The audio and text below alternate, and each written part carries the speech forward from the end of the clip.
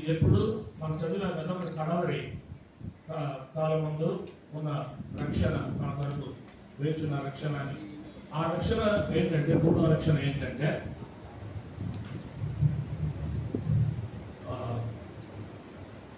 కొరింథీయులకు రాసిన 2వ పత్రిక 5వ అధ్యాయం చూడండి.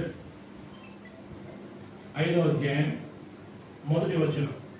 భూమి మీద, కొరింథీయులకు రాసిన 2వ పత్రిక 5:1, భూమి మీద మన గుడారమైన ఈ నివాసము శిథిలమైపోయినను చేతి పని కాక దేవుడి చేత కట్టబడినది నిత్యమైనది నివాసము పరలోకమందు మనకు ఉన్నదని ఎరుగుదుము.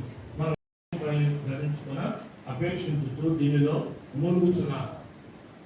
చూసారా, ఇప్పుడున్న శరీరము శిథిలమైపోతుందట. ఎప్పుడు? అదే కడవ రక్షణ. ఇప్పుడున్న శరీరము శిథిలమైపోతుంది. శిథిలమైపోతే ఏమవుతుంది? చేతి పని కాక దేవుడి చేత కట్టబడినది నిత్యమైనది. చేతి పని కాదది, దేవుడి చేత కట్టబడినది చేయబడినది నిత్యమైనది నివాసము పరలోకమందు మనకు ఉన్నదని నివాసం మనకు దొరుకుతాడు. అది కడవరి రక్షణ. అంతవరకు మనం శరీరంలోనే ఉంటా. శరీరం ఎట్లాంటిది? చాలా కల్మషంతో కూడుకున్న శరీరేచ్ఛ, నేత్రాశ, జీవపుటము, ఇలాంటి పాపాలు ఎన్నో మనలో ఉన్నాయి. అవి తొంగి చూస్తూ ఉన్నాయి. పౌలు ఎట్లా పట్టి లాగాయో వాక్యానికి వ్యతిరేకంగా మనల్ని కూడా పట్టి లాగుతుంది మన శరీరంలో పాప నియమం. అందుకే దేవుడు ఏమన్నాడు? పౌలు ఫిలిప్పీ సంఘం రాస్తూ చూడండి, ఆ ఫిలిప్పీ 2:12, ఫిలిప్పీ 2:12 చూడండి. కాగా నా ప్రియుల ఎన్నిక లేని కాబట్టి మీరు ఎన్నిక వారు దేవుని సన్నిధికి వెళ్ళారు. దేవుని స్తోత్రం, హల్లెలూయా. ఈరోజు మనకి కూడా వారు మార్గదర్శనం. మోషే కావచ్చు, సౌలు కావచ్చు, పౌలు కావచ్చు, మరి హానోకు కావచ్చు, మరి ఏలియా కావచ్చు, ఎలీషా కావచ్చు, వీరందరూ కూడా వారు మనకు మార్గదర్శనం. వారిని అనుసరించి నేడు మనము కూడా సేవా అనుభవంలో ఏ విధంగా కలిగి ఉండాలి, దేవునితో సంబంధాన్ని ఏ విధంగా కలిగి ఉండాలి, వారు ఏ విధంగా మేలు పొందనేటువంటి సందేశం ద్వారా ఈరోజు మనం అందరం కూడా ఒక రూపాంతరం, సేవకులు అంటే సచ్చినపాయలు అన్నట్టుగా కాకుండా సేవకులు ఆత్మయంతో తీవ్రత కలిగిన వారు, వారు ఎప్పుడు కూడా ఆత్మల భారం కలిగిన వారు, ప్రార్థన యందు కూడా వారు ఒక ప్రత్యేకమైనటువంటి స్థానాన్ని భావం కలిగి ఎప్పుడు కూడా ముఖవర్షస్ అనేది వారిలో తేజస్సు అనేది ఉండాలి అని దానికి రూపాంతరపరమైనటువంటి రీతిలో ఒకటి శరీర భౌతిక సంబంధమైన రూపాంతరం, ఒకటి శారీరాన్ని మనం రూపం చేసుకుంటుంటాం, ఎన్నో రకాల అలంకారం చేసుకుంటుంటాం. కానీ అంతరిక స్వభావం ఉంది. అంతరిక స్వభావం, మానవునిలో అంతరిక స్వభావం అనేది చాలా ప్రాముఖ్యం. లోపల నుండి వచ్చేది ఎదుగు వారిని అపవిత్రపరచును అని బైబిల్ చదివిస్తుంది. కాబట్టి గొప్ప వరం మీకు. నిజంగా మీరు ఈ మానవ జీవితంలో ఈ జన్మకు మానవులుగా దేవుడు ఇచ్చినటువంటి అవకాశాన్ని మీరందరూ కూడా పొంది దేవునికి లోబడి బ్రతుకుతున్నందుకు మీరందరినీ కూడా నిజంగా పేరు పేరున పాదాభివందనం చేయాల్సినటువంటి అవసరం ఉంది. మరి ఈనాడు ప్రపంచవ్యాప్తంగా అనేకమైనటువంటి పెద్ద పెద్ద సంస్థలు, క్రైస్తవ సంస్థలు మరి వెలిసి ఉన్నాయి.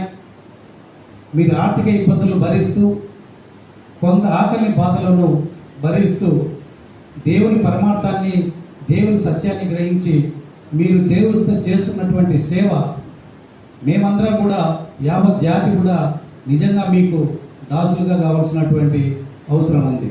మరి పెద్దలు దాదాపు 1 గంట సేపు అనుభవజ్ఞులు దేవుని యొక్క గొప్ప అవకాశాన్ని, ఆయన యొక్క మహిమల గురించి మనకు చెప్పడం జరిగింది. నిజంగా ఈ నగరంలో మనం హర్షించదగినటువంటి విషయం. ఆ విధంగానే అనేకులు కూడా ఇక్కడ మరి దైవ సేవకులు, మహాజ్ఞానులు కూడా ఉండడం జరుగుతూ ఉంది. పాటల ద్వారా, కీర్తనల ద్వారా, సంగీతాన్ని ద్వారా దేవుణ్ణి మైమరిపించే రీతిలో మానవ మనుగడకు, మానవుని యొక్క ఉత్సాహానికి మరి దేవుని కీర్తనల ద్వారా మీరు ఇచ్చినటువంటి సందేశం అయితే కానీ, మీరు చేస్తున్నటువంటి ప్రేరేపణ కానీ, మీరు చేస్తున్న ప్రార్థనలు కానీ నిజంగా మేము ఆనందిస్తున్నాం.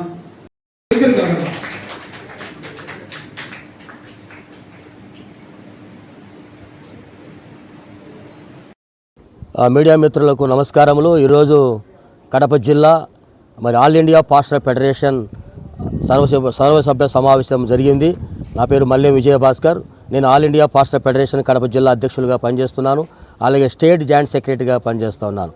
ఈరోజు మరి జిల్లా వ్యాప్తంగా మండల నగర కమిటీలను అందరినీ కూడా ఆయా అధ్యక్షులను, సెక్రటరీలను, కార్యదర్శులను, సభ్యులను అందరినీ కూడా పిలిపించి ఈ సమావేశం నిర్వహించాం. ఈ సమావేశంలో ప్రణాళికంగా ఏంటంటే క్రైస్తవులు మరి పాస్టర్లు, సంఘాలు, సమాజము ఏ విధంగా వారు అభివృద్ధి చెందాలి, వారి యొక్క సేవకుల పట్ల మరి ఏ విధమైనటువంటి న్యాయపరమైన చట్టపరమైనటువంటి వారికి హక్కులు దక్కుతున్నాయి, ఆ హక్కుల పరంగా వారికి స్వేచ్ఛాయుత ఉందా అనేటువంటి విషయాలను గురించి, అలాగే పాస్టర్లకి కావాల్సినటువంటి అవసరతలు, వారి యొక్క సమస్యలను కూడా ఈరోజు మరి ఈ యొక్క సమావేశంలో మరి డిస్కషన్ చేయడం జరిగింది. మరి చక్కటి వాక్య సందేశం, ఇది ఆధ్యాత్మికమైనటువంటి సేవా అనుభవంతో ఈరోజు అనేక మంది సేవకులు మరి ఆత్మీయంగా బలపడం కోసం క్రీస్తు యొక్క ప్రేమను చాటటము, సువార్త ప్రచారం చేయటంలో కూడా మరి సేవకులు ఎటువంటి బలమైనటువంటి పాత్రగా వాడవాలనేటువంటి ఆధ్యాత్మిక సందేశం ద్వారా బలపరచడం జరిగింది. ముఖ్యంగా ఈరోజు మేము రాష్ట్రంలో, దేశంలో మేము చూస్తూ ఉన్నాం, అనేక చోట్ల క్రైస్తవులపైన విపరీతమైనటువంటి దాడులు జరుగుతూ ఉన్నాయి. ఎందుకు జరుగుతున్నాయి ఈ దాడులు? క్రైస్తవులు అంటే మరి ప్రేమించేవారు, వారు సహోదర ప్రేమ కలిగినటువంటి వారు, క్రీస్తు చూపినటువంటి ప్రేమను మరి కనపరిచేవారు. కానీ ఎవరిపైనా కూడా బలవంతపు మత మార్పులు కానీ, బలవంతపు ఏ విధమైనటువంటి వారికి హాని కలిగించిన పరిస్థితులు అయితే లేవు. ఎక్కడ కూడా మేము బలవంతంగా మత మార్పులు చేసినామనేటువంటిది సాక్ష్యాధారాలు ఏమైనా ఉన్నాయంటే చూపించండి, కానీ లేవు. కానీ ఈరోజు దాని సాకు చూపించి మరి ఎంతో ఇబ్బంది పెడతా ఉన్నారు. భారతదేశంలో ఇప్పటికీ 13 రాష్ట్రాలలో మరి ఏం జరుగుతుంది, మతతత్వ చట్టాన్ని తెచ్చారు. మతతత్వ చట్టం తెచ్చి ఆ చట్టం ద్వారా ప్రయోగించి క్రైస్తవులను నిర్మించాలని, క్రైస్తవులను ఈ దేశంలో నుంచి వారిని వెళ్ళగొట్టాలనేటువంటి ఒక కుట్ర అయితే జరుగుతూ ఉంది. ఇది మేము ఒకటే విన్నవిస్తూ ఉన్నాం. ఆంధ్రప్రదేశ్ రాష్ట్ర ప్రభుత్వానికి, అలాగే కేంద్ర ప్రభుత్వానికి మేము సూచిస్తూ ఉన్నాం. ఏంటంటే క్రైస్తవులు కూడా ఈ దేశంలో ఉన్నటువంటి వారే, వారికి స్వేచ్ఛాయుత రాజ్యాంగం కల్పించినటువంటి హక్కు. కాబట్టి మీరు ఈరోజు మమ్మలను ఈ దేశం విడిచి వెళ్ళిపోండి, మీరు విదేశాలకు సంబంధించినటువంటి వారు అనడం అది కరెక్ట్ కాదని కూడా మేము తెలియజేస్తూ ఉన్నాం. కాబట్టి ఈరోజు కేంద్ర ప్రభుత్వ, రాష్ట్ర ప్రభుత్వానికి మేము విన్నవిస్తూ ఉన్నాం ఏమిటంటే, విజ్ఞప్తి చేస్తున్నాం ఏమిటంటే, క్రైస్తవ పాస్టర్లని మీరు దాడులు ఆపండి, వారి మందిరాలను మీరు మరి కూల్చొద్దండి, వారి మందిరాలకి మీరు ఆటంకం కలిగించవద్దని కూడా నేను మనం చేస్తున్నాం. కొంతమంది కావాలని అల్లరి మూకలు, కొంతమంది చెలరేగి ఈరోజు సువార్తను అడ్డుకోవడము, అనేక విధాలుగా పర్మిషన్ ఉందా అనడము, మీ ప్రార్థనా మందిరాలకు పర్మిషన్ ఉందా అని చెప్పేసి చాలా ఇబ్బంది పెట్టే పరిస్థితి ఉంది. కాబట్టి రాజ్యాంగం కల్పించినటువంటి స్వేచ్ఛాయుతలోనే మేము ఆ బిల్డింగ్ని కట్టుకొని ప్రార్థనలు జరుపుకొని చేస్తుంటే ఈరోజు కావాలనే వాంటలిగానే మమ్మల్ని ఇబ్బంది పెడతా ఉన్నారు. అలాగే రాష్ట్ర ప్రభుత్వం కూడా మరి ఈరోజు క్రైస్తవులకు నిజంగా చాలా నిరాశపరిచింది. వారు సూపర్ 6లో కొన్ని హామీలు అయితే ఇచ్చారు. మరి ఆ హామీలన్నీ కూడా మరి మర్చిపోయినట్టుగా మాకు అనిపిస్తుంది. ఇప్పటికీ 2 సంవత్సరాలు కావస్తూ ఉంది.